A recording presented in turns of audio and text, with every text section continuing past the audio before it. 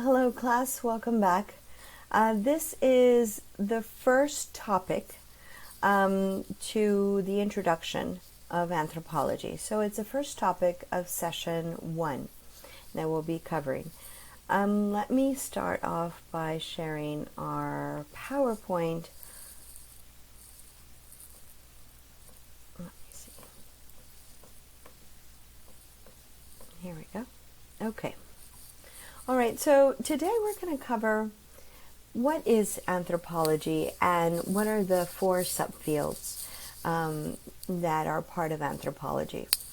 And to start with, the idea of anthropology is rooted in the Greek word anthropos, which means humans, and logos, which is rooted in thoughts, reason, or study. So anthropology is interested in trying to understand the wonders of what it means to be human. And we use this by collecting information, conducting research, hands-on approach in our methodology, in collecting information to try to see what are the similarities and what are the differences across the board in different cultures. Because one of the things that anthropology explores is that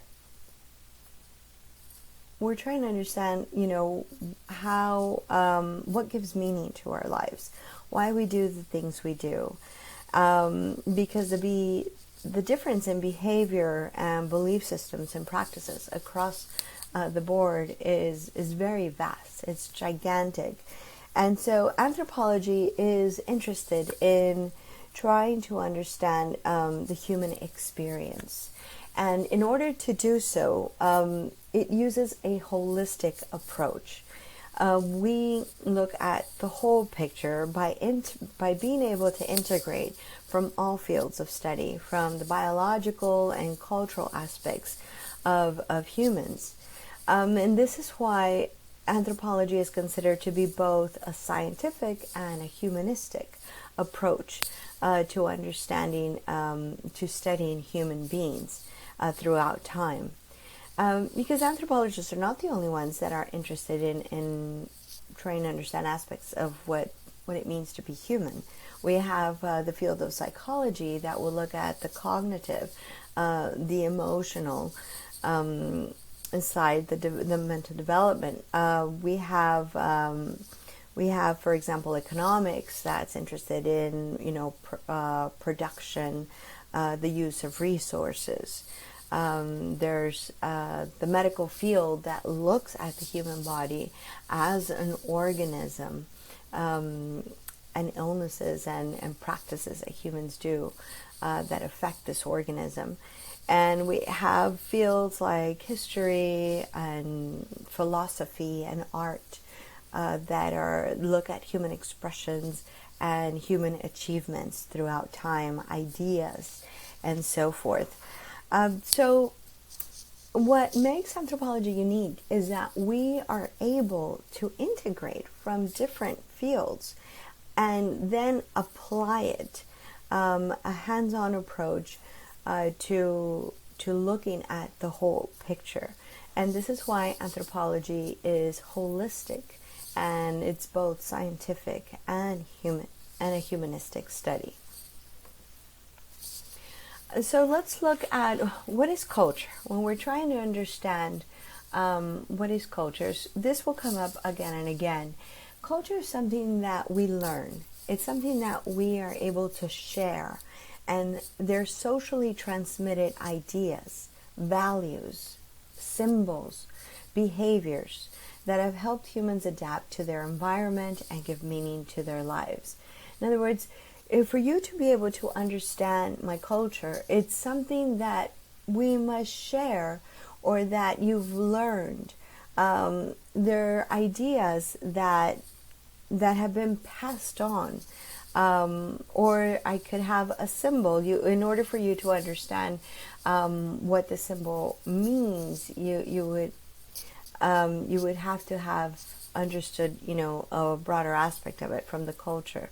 So it had to be shared for you to understand why people do certain things or what the symbol represents, or even a practice. So we're going to look at a brief example today of how we deal when a person dies, how we deal with a body, and we will look at burial rites and funerary rites as when we dive into the second part of religion. But I'm just going to introduce one example today, just to present these topics, these terms that I want you to understand. When we're looking at a cultural practice, one of the things that anthropologists must be aware of and try to avoid is cultural bound theories. In other words, cultural bound theories is looking at the word in reality based on the assumptions and values of one's own culture. In other words, we must be aware of how my own culture will impact what I am looking at. My own reality and assumptions of how, in this case, how a funeral should be conducted may impact how I'm viewing this cultural practice. I'll give you one example of my personal experience from a cultural bound theory. When I was about 13, I went back to Mexico my grandmother was on her last days of life. So we would consider she was at home. We would consider what we would consider now in hospice care at home.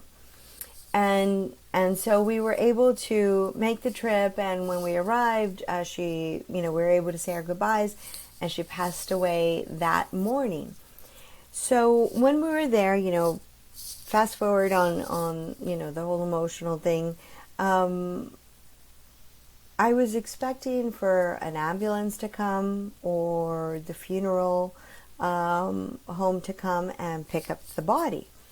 And what was taking place instead was my aunts were handling the body, and they wrapped her in these white sheets that they had bought, specifically for this, and they covered her extremity. They put cotton in her nose and her ears and her mouth, and they closed up the mouth, and then they just kind of wrapped her up, and then her body was placed in the living room.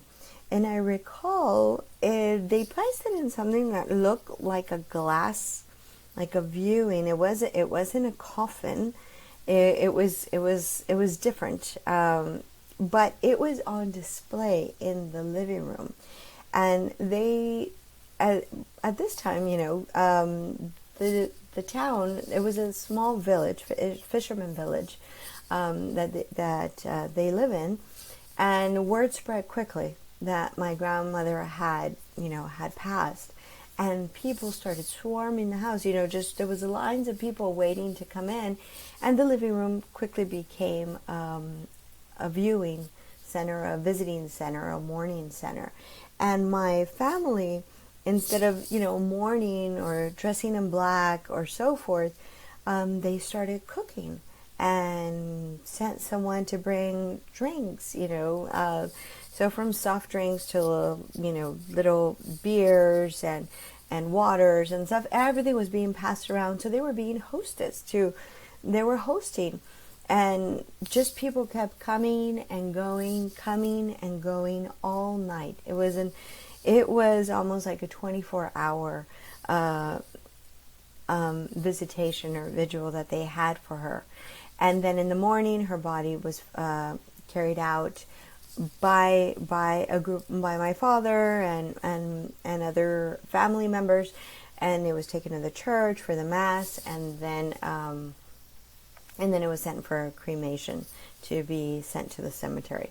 But long story short, what was happening here for me as a 13-year-old, I was in a bit of shock, because what I had assumed from my reality, and I had already attended funerals, I was expecting to be at a funeral home. I was expecting for the body to be picked up and to be dressed and to have makeup, and for the clothes to have changed and so forth, and then for it to be a few days of visitation, and this was not like that at all.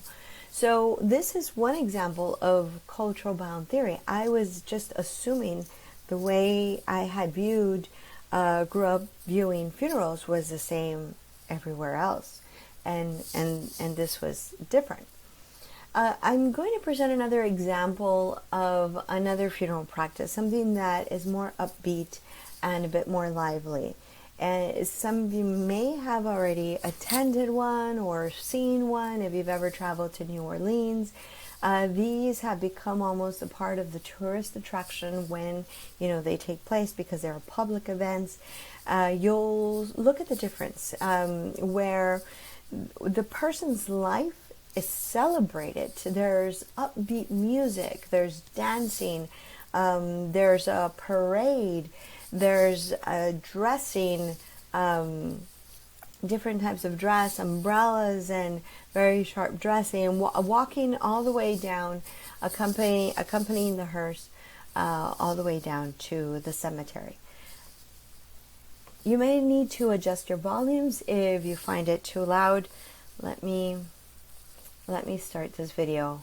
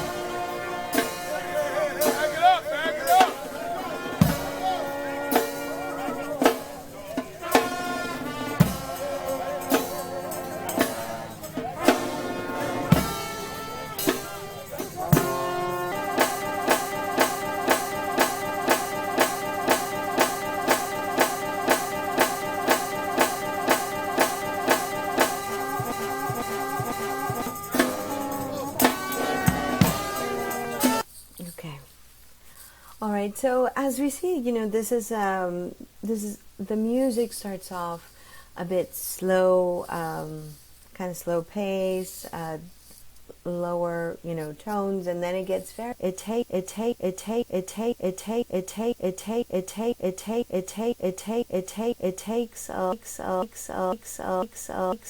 a lot of preparation. It is costly. But some people prepare well in advance because this is something that's very important to them, for their life to be celebrated, and for it to become, this public display. And you'll find a variety of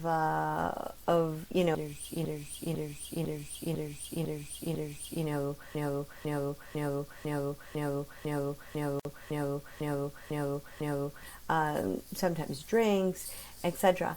So when they lead up to the cemetery, and then the music changes a little bit back into the slower, calmer, upbeat, like instead of the upbeat tones, the lower beat, to say goodbye to the person. But in general, it's the celebration of the person's life, rather than going with the more, I guess, sentimental kind of music to it. And we see different funeral practices. We're going to look at different examples when we'll get into the religious aspect, because for some cultures, the funeral rite is the most important rites of passage for that person's existence. Okay, so let's look at another example of cultural bound theory. When a person is expecting a baby, when a woman is expecting a baby, think about the preparations that take place. What are the things that we assume, in general, that they buy? Most of my students usually answer a crib, a stroller, things like that, bottles, diapers. So I ask my students, okay, so where are these items placed? And there's a nursery prepared to receive the baby. Usually the baby has its own separate space. And so we have to think about how our homes are structured. And in the U.S., we have multiple rooms, and each room serves a purpose, multiple bedrooms. And we may assume, that this is a practice in general. But in the reality, in many places around the world, there is no multiple bedrooms or separations. There's sometimes just a big open space, or there could be multiple rooms, but the baby stays with the mother. And this brings us to a cultural practice that is considered a taboo, something that's prohibited, not allowed, not recommended, looked upon as, a bit with concern. And this is called co-sleeping. The idea of co-sleeping has been changing throughout, recent years as more research comes up. But for the most part, in the U.S. and in Europe, most doctors will advise against it. They will explain that it is something very dangerous to sleep with a baby. The concern is of the baby could die from not breathing correctly, and this is called SID, sudden infant death syndrome. And this is where the baby stops breathing. Now, newborns, if you've ever held one, you'll know that they are so fragile. They don't have control. Most of them do not. There are some that do, but for the majority, they do not have control of their neck. They do not have control of their body. So if they turn a certain way, they won't have the muscle strength to pick their head up and move around. Not yet, anyways. And this is a concern that doctors share with mothers in regards to co-sleeping. Don't have the baby with you, have the baby in the crib. And keep the baby in a safe, flat space. While cultural studies and other studies have shown that across the world, many people do have this practice, do co-sleep with an infant. And they have shown that in comparison, in doing cultural comparison studies, that interestingly, they found that the highest number of SID, sudden infant death syndrome, have occurred in the United States.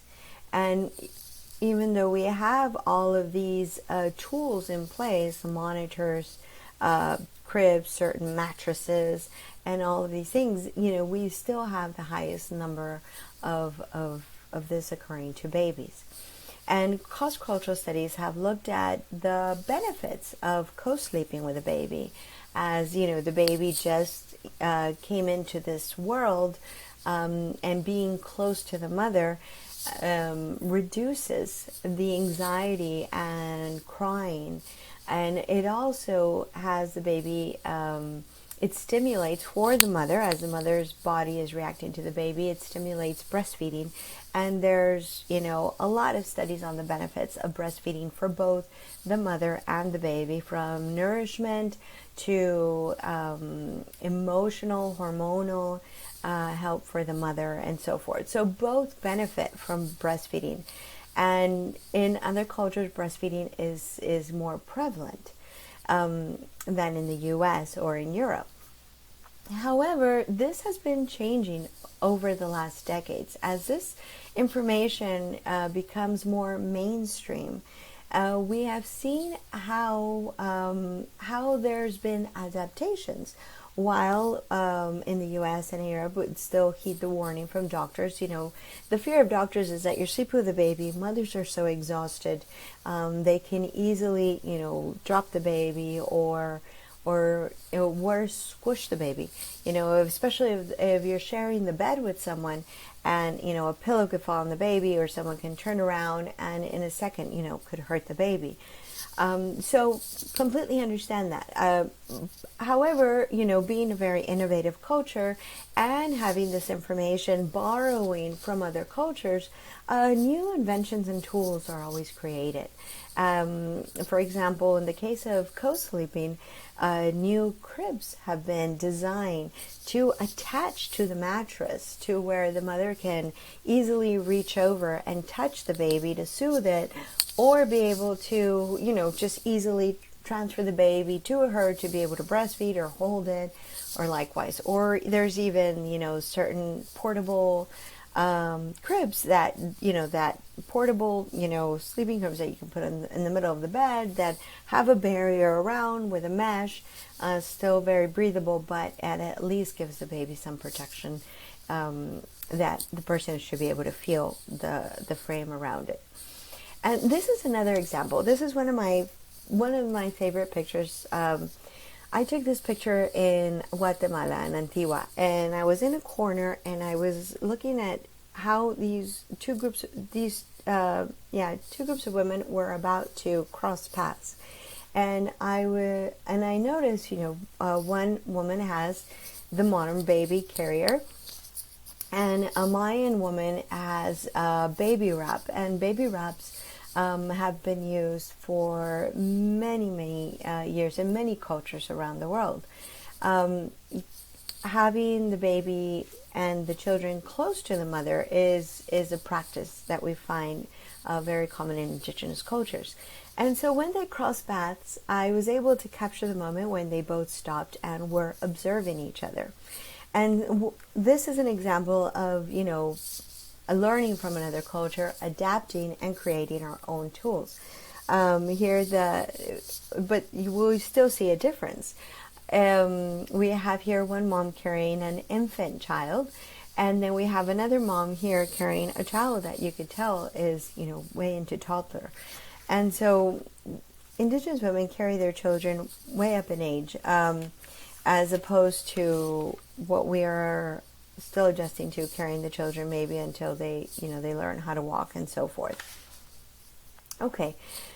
But going back to our terminology, so cultural bound theory, we're trying to avoid this, but we have to understand that it's natural, because we have to understand that it's something that this is how our reality was shaped, and we, sometimes assume that we'll find this somewhere else. When we come across something that's different, we experience what we call culture shock. And culture shock is also natural. It is feeling of, you're introduced to something very rapidly that you weren't expecting. And this could make you feel uncomfortable. It will make you feel alienated. It can make you even feel helpless. It can make you feel very, out of place. But you have to realize this is, something that you're experiencing. It's a culture shock, and it's okay. But when it comes to another level where we start attaching judgment, and where we start looking at it, at whatever the practice is, as that is just, not natural or not the right way, because that's not how I do it or how we do it, then this becomes a form of ethnocentrism. Ethnocentrism is judging other cultures with the notion that one's own culture is the right way or the natural way. And our expectations sometimes of some of our practices is expecting for things to be that way, even when we are not in our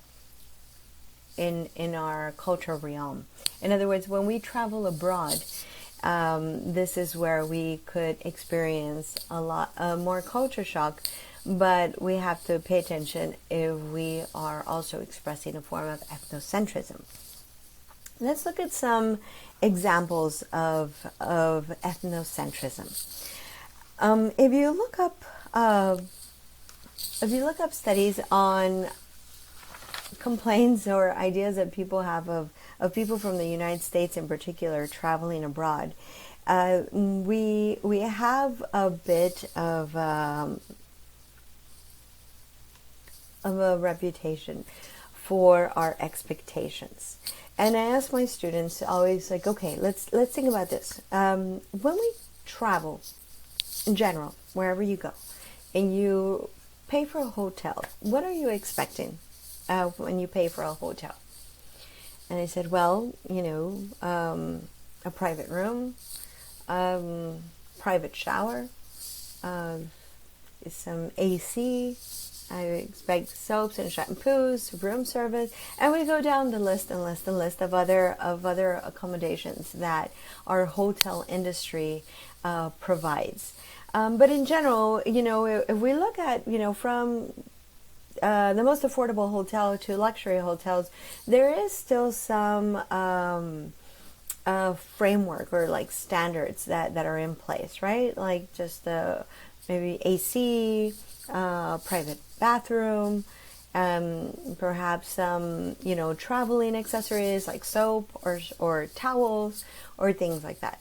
Well, this is not the case when you travel abroad, even if you're paying sometimes for luxury accommodations.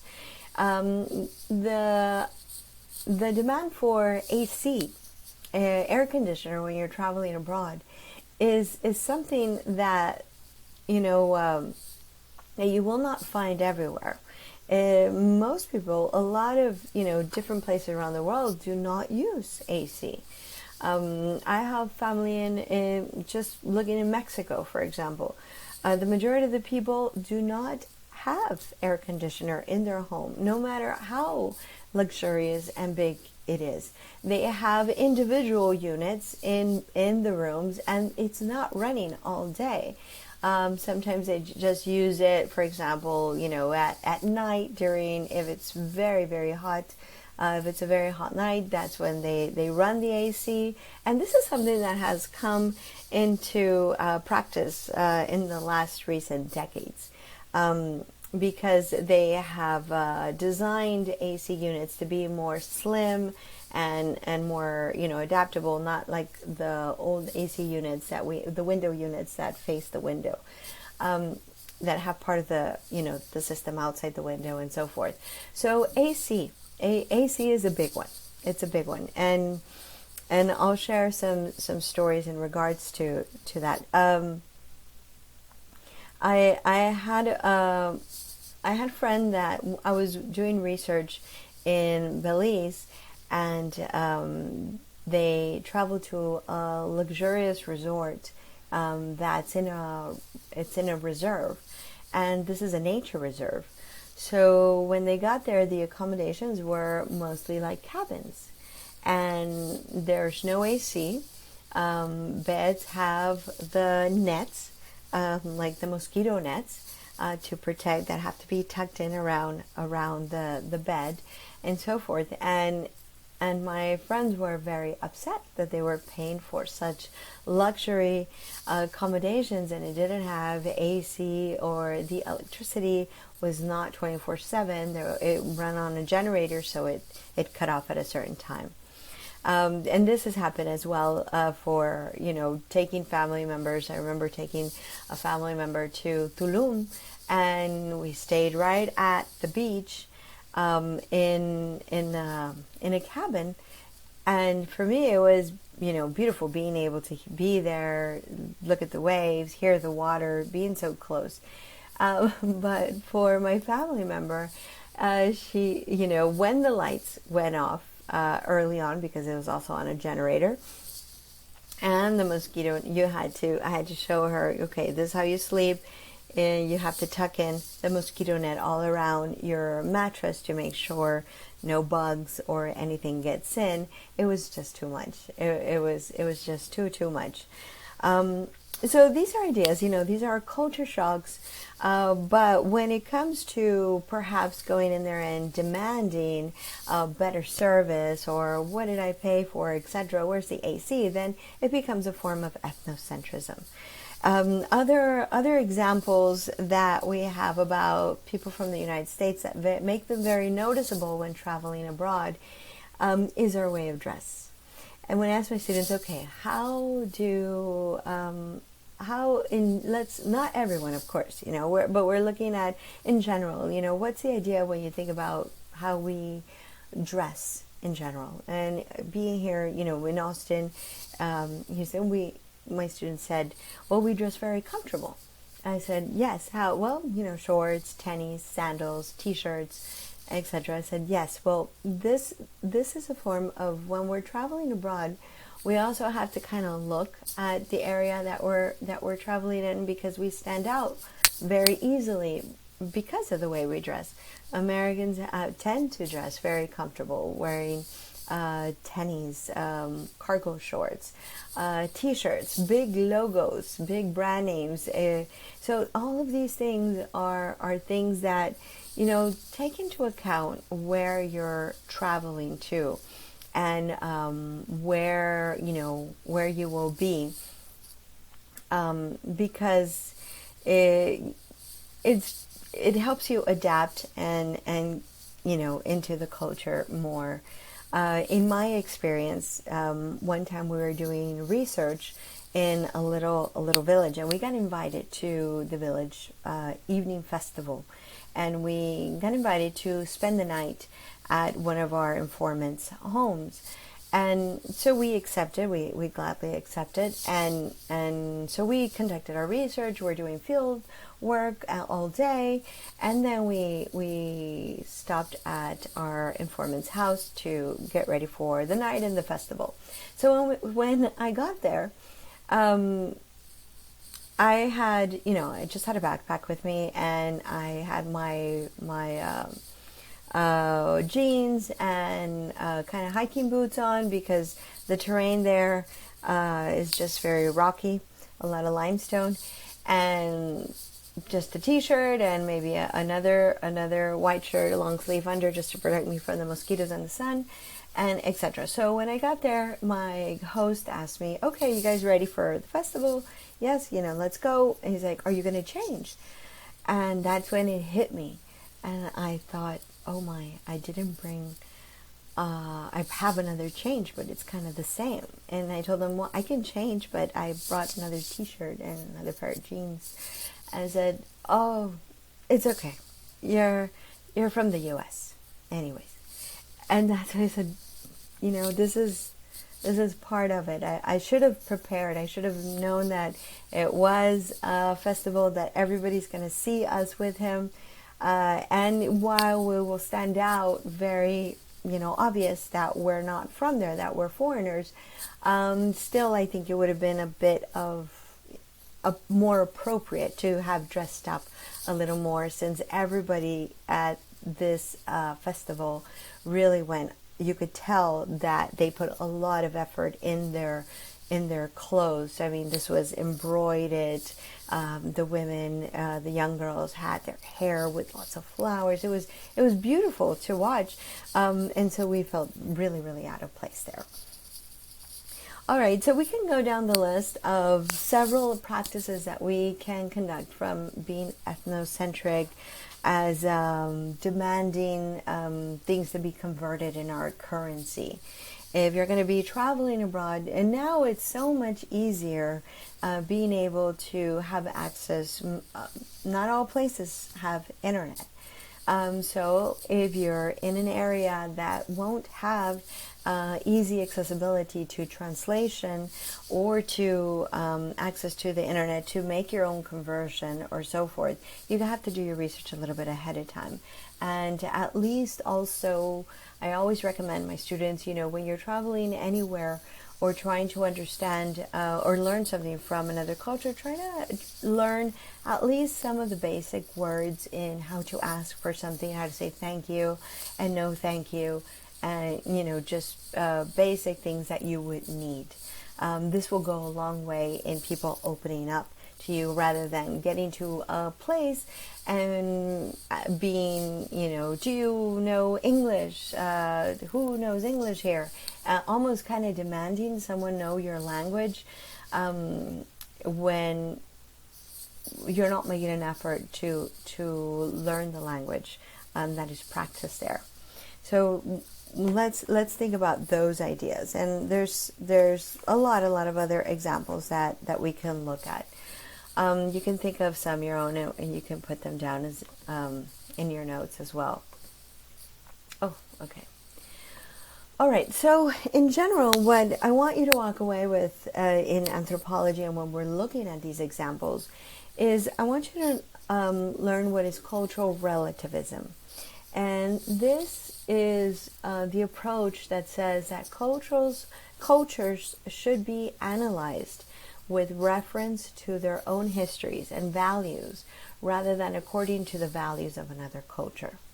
So when trying to look at a practice or understanding, it doesn't mean that you have to agree with it, but if you're trying to understand it, you'll use this approach, cultural relativism. Try to analyze it based on its own history and values, rather than looking at it from an outside perspective and trying to judge it or make sense of it from that. So how is culture shared? How do we learn what is appropriate? What are the right foods to eat? How we should dress? How we should what is okay? What is expected in our society? Well, this is a process called enculturation. This is a process where we learn to be part of a particular group. We learn these behaviors. It's usually passed on from generation to generation in child rearing, in our education, in our groups.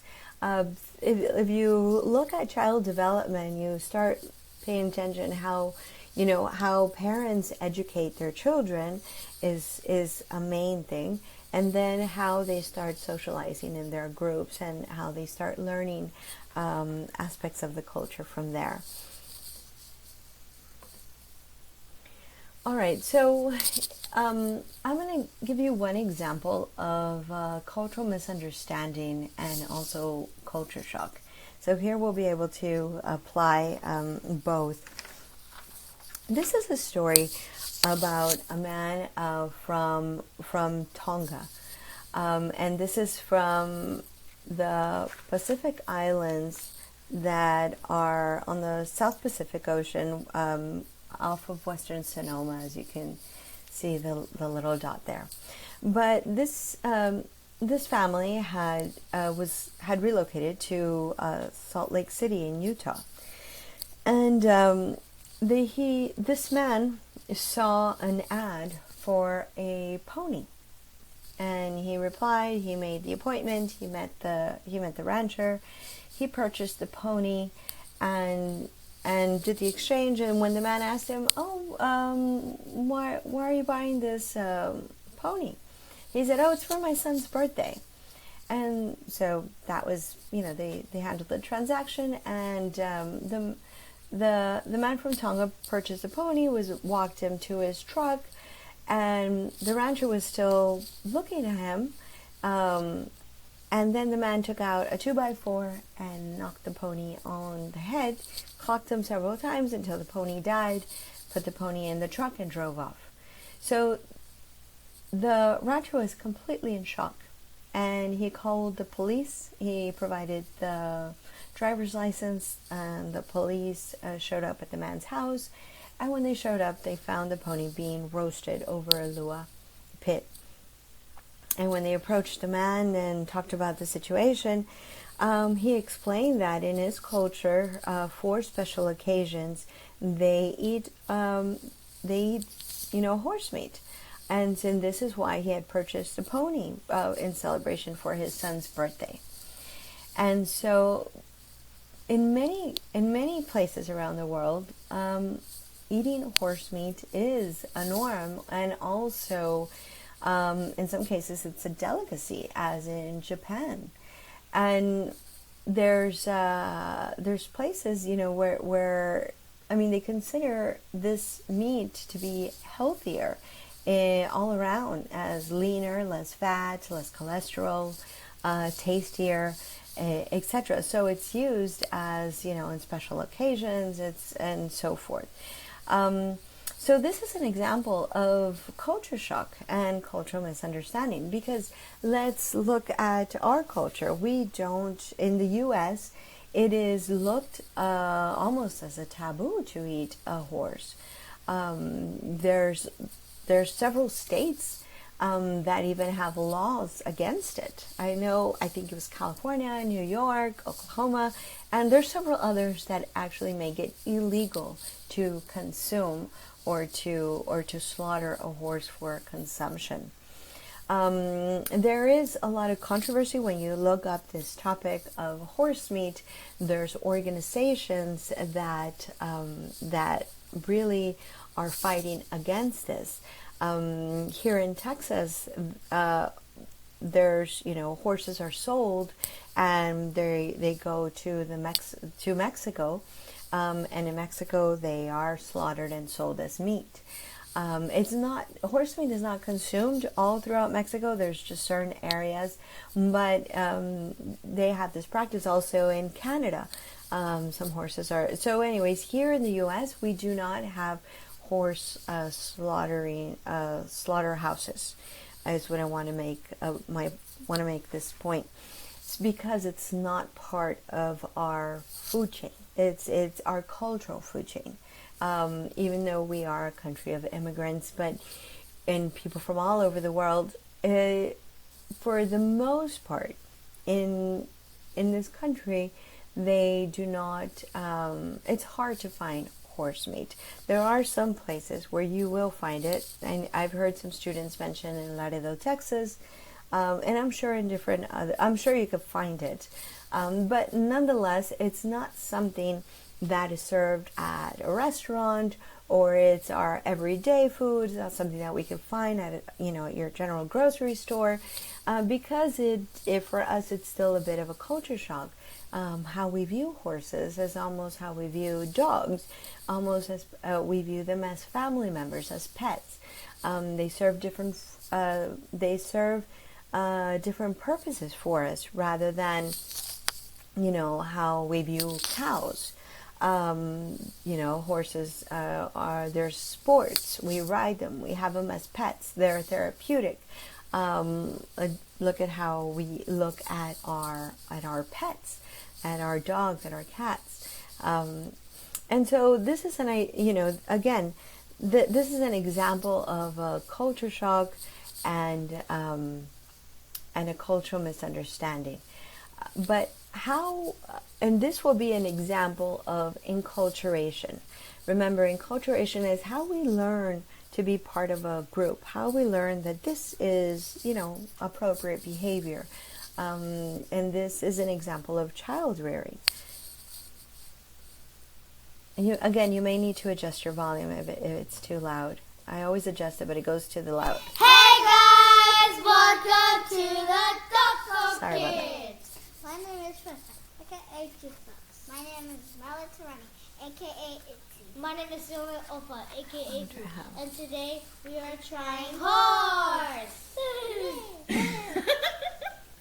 Okay, so, oh my gosh, I know I'm probably going to get a lot of backlash for this video, but in all honesty, this is a delicacy. This is what we eat in our culture, and it is horse. Literally, horse. Yes, I know you guys have them as pets and whatnot. So it's actually made like this.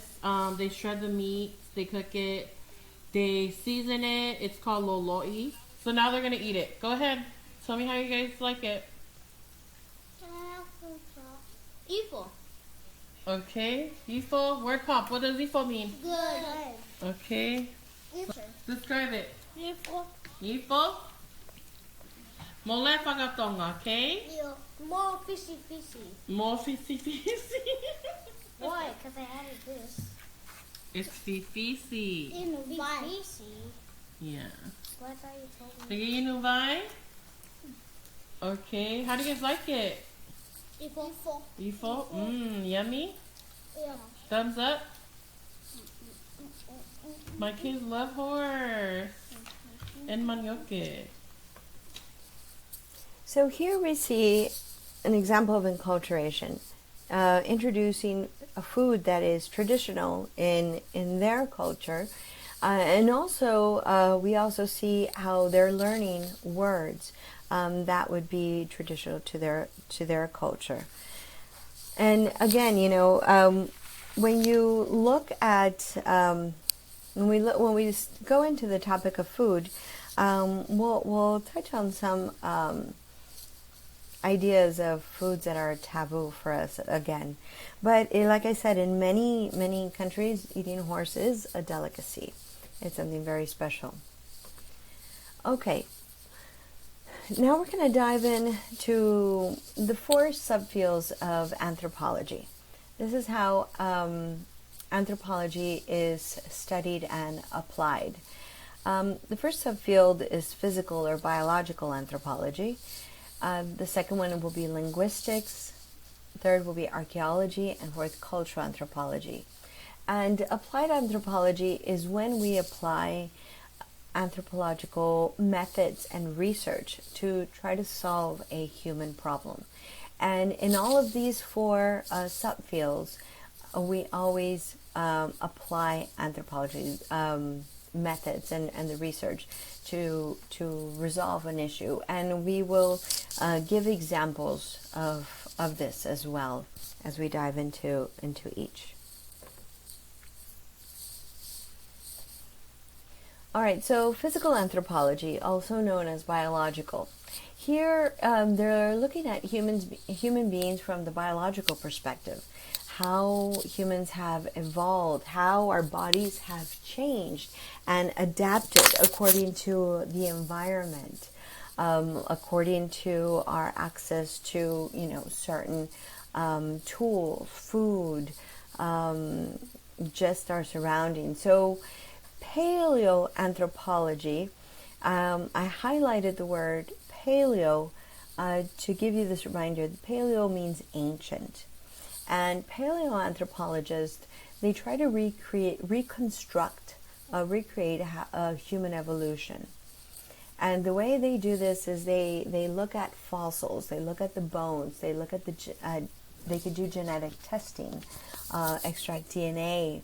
Sometimes from the teeth they can identify, they could still find aspects of food or anything, and then reconstruct what that person ate and so forth. They can look at the human bones and the teeth and see, the age, what was the sex of this person, what was the height, were they right-handed, left-handed, did they suffer any injuries, where was a trauma, almost sometimes be able to identify the cause of death. So it's a very, very interesting field. And from paleoanthropology, we also get forensic anthropology. All right, so our next field from this section is primatology. Primatology works with primates, which are apes and monkeys. And always remember, monkeys have tails. Apes do not. I just share this, in general. When you take a class in primatology, you will learn a lot about the differences and vocal sounds and culture and things that they share and how they adapt. But in general, when you go to, every time I go to a zoo and I'm looking at the gorillas, people commonly say, look at the monkey. So gorillas are apes, and one way to quickly distinguish, the difference between an ape and a monkey is that monkeys will have tails. That's just a quick one. All right. Biological anthropologists are also very interested in, like I said, looking at the way the human body has adapted, the variations. How it adapts to the environment. And one example that we look at are the Quechua Indians of the Andes. Now they live, this is very, very high altitude that for most of us would be very difficult, like an extreme environment to live in because of the altitude, the lack of oxygen. But nonetheless, they have biological anthropologists have found that one, among the Quechua Indians that have lived there for thousands of years and have adapted to this environment, they have a small birth weight. But one of the things that in particular that has allowed them to work and live and be able to mobilize with such ease in such high altitude is the adaptation, the change in the right ventricle of the heart. And this enlarges the right ventricle of the heart, which pushes more oxygen to the lungs. Because most of us would, suffer from lack of oxygen. It takes the body a while to adapt. And if you've ever been skiing or, hiking in such high altitude, you have experienced this and how you must be drinking water, take it slow as you get up there, but you will feel the lack of oxygen. Okay? And then we'll look at an example of molecular anthropology. Molecular anthropology, they're interested in studying the genes and the genetic relationships that have taken place in human evolution and the biological diversity. So in general, they're looking at our DNA and how it works. And from this study in the 80s, they developed what they called the Human Genome Project, which I'll present in a second.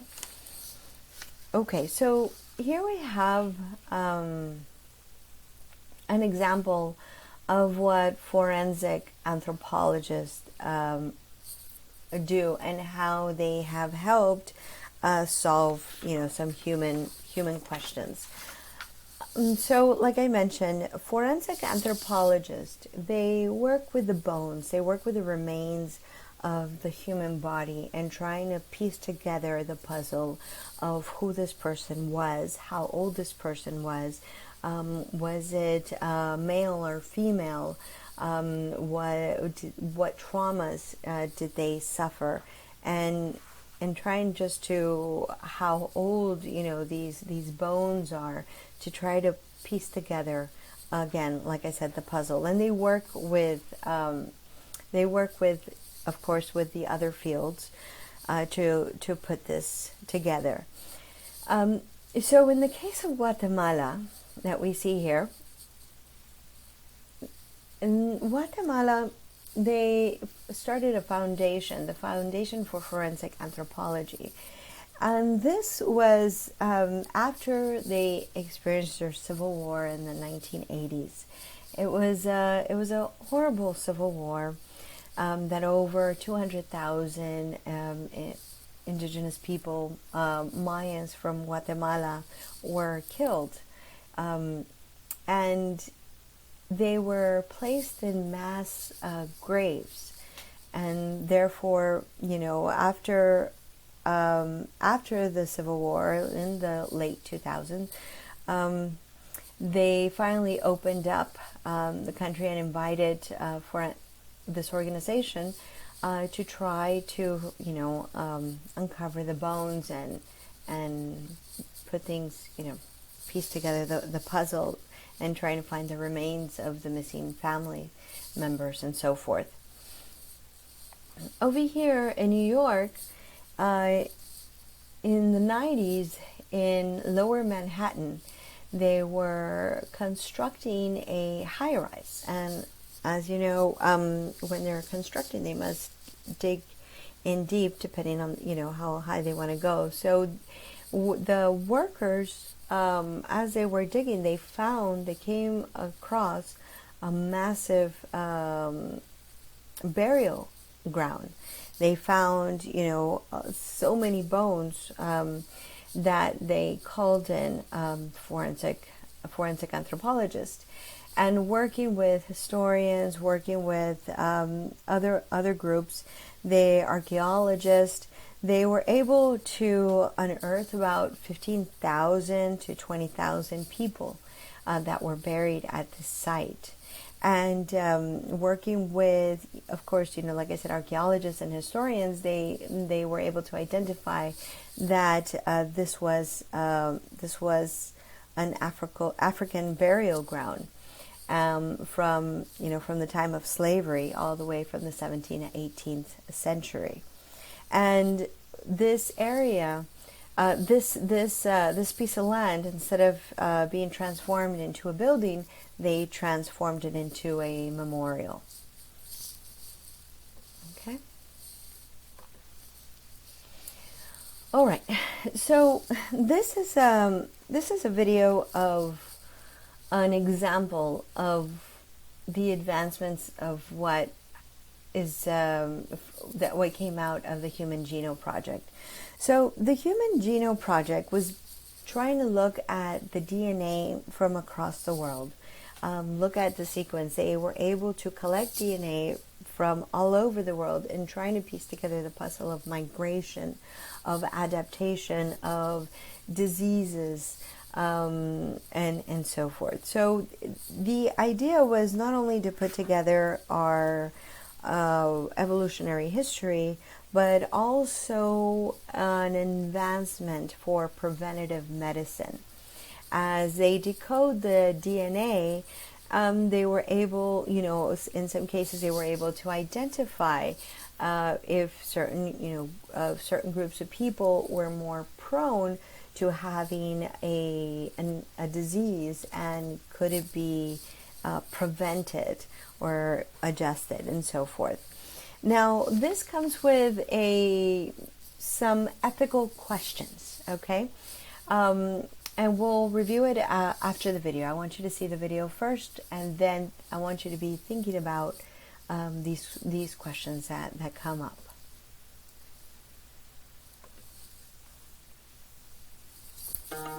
A new test that reveals birth abnormalities at a much earlier stage.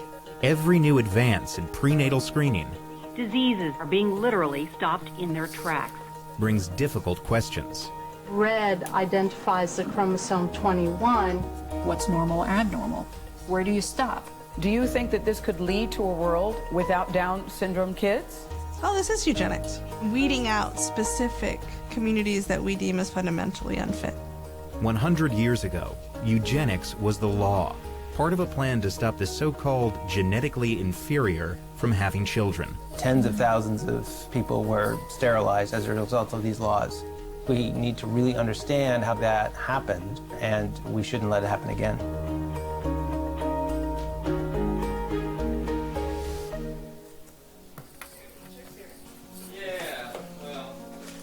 Jackson, where's your ball? In many ways, Rebecca and Patrick Coakley lived the American dream. Jackson is 7, Kaya is 4, and the last addition is Kendrick. It's never boring. We have a great life. I had the pleasure of growing up in a very strong community of little people. I was literally born and raised into the disability rights movement.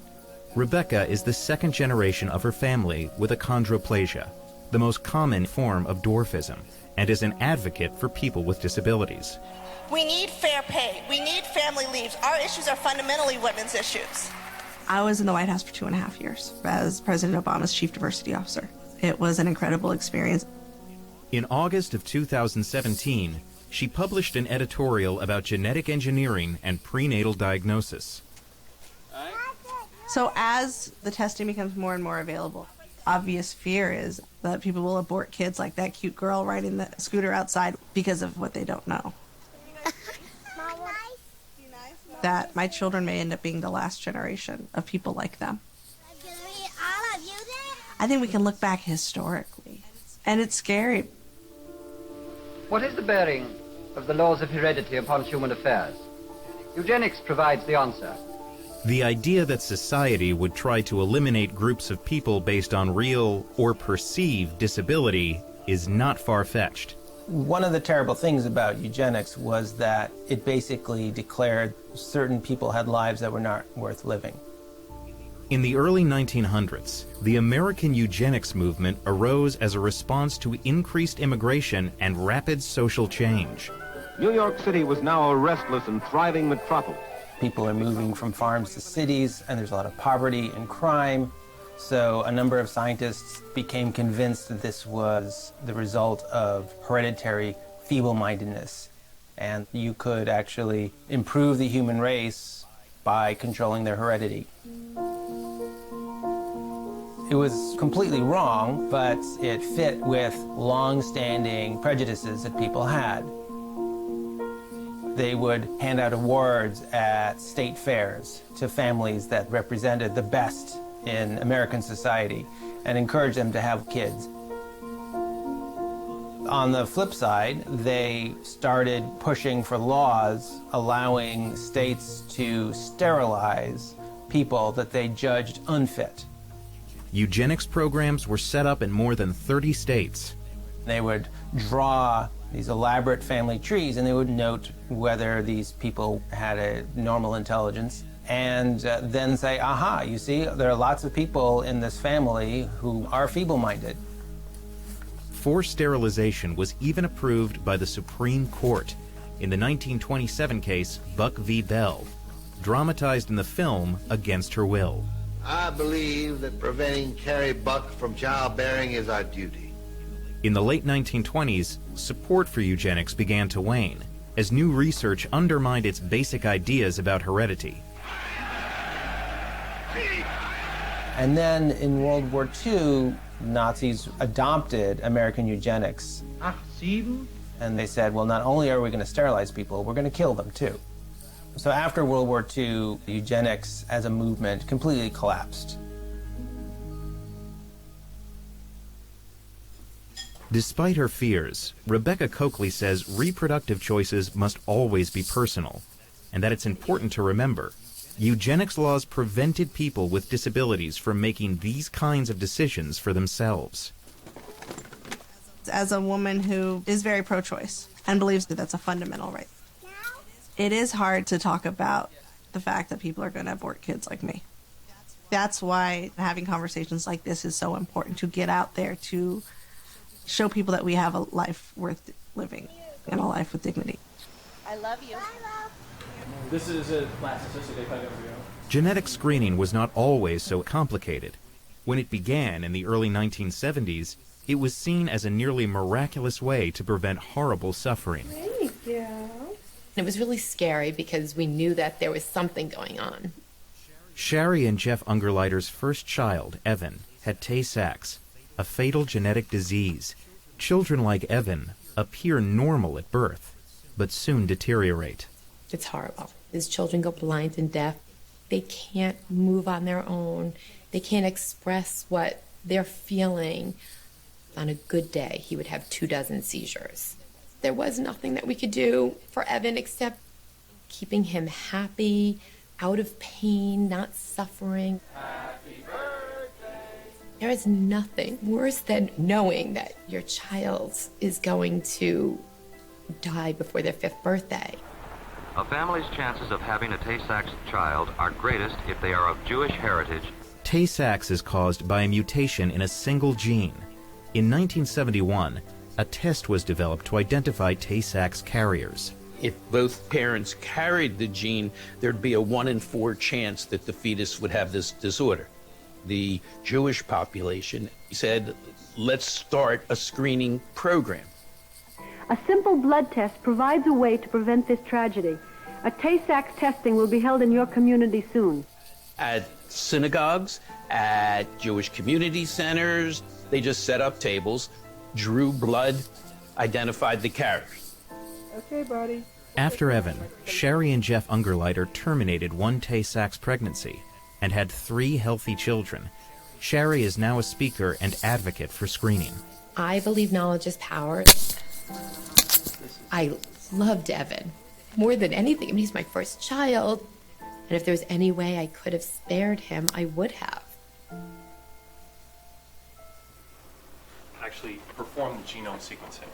Ron Wapner is a geneticist and obstetrician who has been practicing since the 1970s. You can identify. He watched Tay-Sachs become the model for a whole new kind of preventive medicine. What was radical was that the community decided to do something about a genetic disease that was in their population. So they almost wiped out the disease, and nowadays it's exceedingly rare to see a child with Tay-Sachs disease. But now, some 40 years later, he says advances in technology. What we're doing is sequencing amniotic fluid samples have made it easy to screen potential carriers, fetuses, and even embryos for hundreds of genetic conditions. Everyone agrees that if it's a severe and profound disorder, we should screen for it. Well, the discussion that we need to have is, where's our technology taking us? A new option, a simple blood test. The newest test, called cell-free DNA, is so easy, it's routinely advertised to pregnant women. It's actually the most widely adopted genetic test that I've seen. Genetics researcher Wendy Chung has seen screening spare families from horrible suffering. 31.3 kilos. Okay, you can step out now. But its rapid expansion has her wondering. Okay, sit up for me for just a second. I've got a lot of patients that have many of the genetic disorders that we could identify through the cell-free DNA. My heart works very hard. Yes, it does. It needs to, knowing that I have Turner syndrome. Girls with Turner syndrome, some of them will have structural differences in the way their heart is formed and differences in the way their ovaries work. I'm pretty sure there's been ups and downs, but that's normal. Yeah. You eat a lot of chips? I'm sort of addicted to them. Ah. They're perfectly healthy. Who's to say that that's a disease? It's a difference, sure. Is it something that you can still be happy, well-adjusted, productive member of our community? Of course. High five. When it began, screening was only for those with known risk. Now, Dr. Chung worries about offering more tests to more people without first educating them about what the results really mean and what various conditions entail. The concern is they buy into that idea that they need to do as much as they can to ensure a healthy child. When there's a genetic problem with their fetus, the knee-jerk reaction is, it started with Tay-Sachs, so it must be the same. And so automatically they start thinking about ending that pregnancy, because if it weren't bad, why would you have tested me for this in the first place? As we consider our options, as individuals and as a society, there is also the shadow of history. No matter what we do, the one line we should never cross is this always has to be voluntary. It should never be a mandate that you have to have genetic screening or testing. We have to be incredibly on our guard that we're not simply looking at people and saying, I've decided your life is not worth living. This has happened before, and as our science gets more powerful, we shouldn't let it happen again.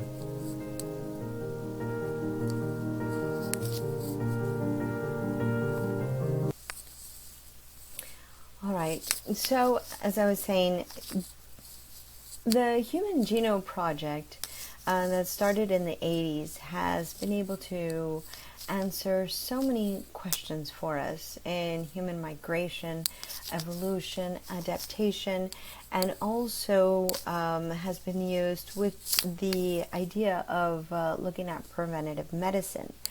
But there are ethics. There are ethics that must be taken into account. What do we do with this information, and how far do we take it? When it comes to the this genetic testing, as we saw, you know, the debate is, what is the difference and what is the disease?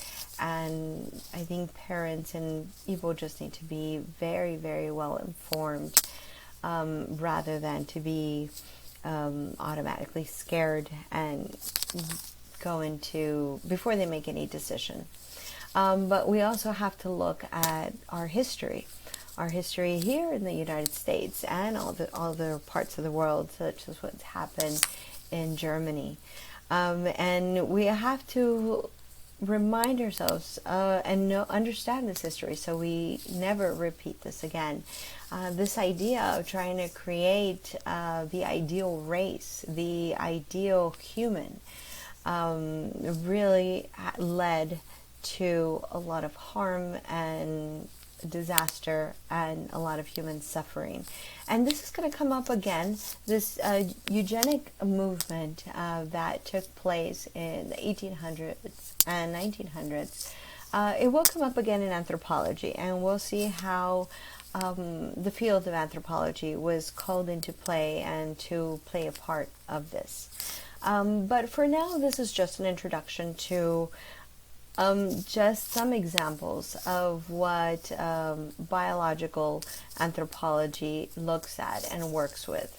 They work with geneticists. They're interested in looking at the variations, and we will stop here, but we will pick up our next class with looking at one of the contributions that has come out of this positive contribution that has come out at understanding the human genome. Okay? All right, so if you have any questions, like always, please feel free to email me anytime. I will respond within 24 hours. But again, today we covered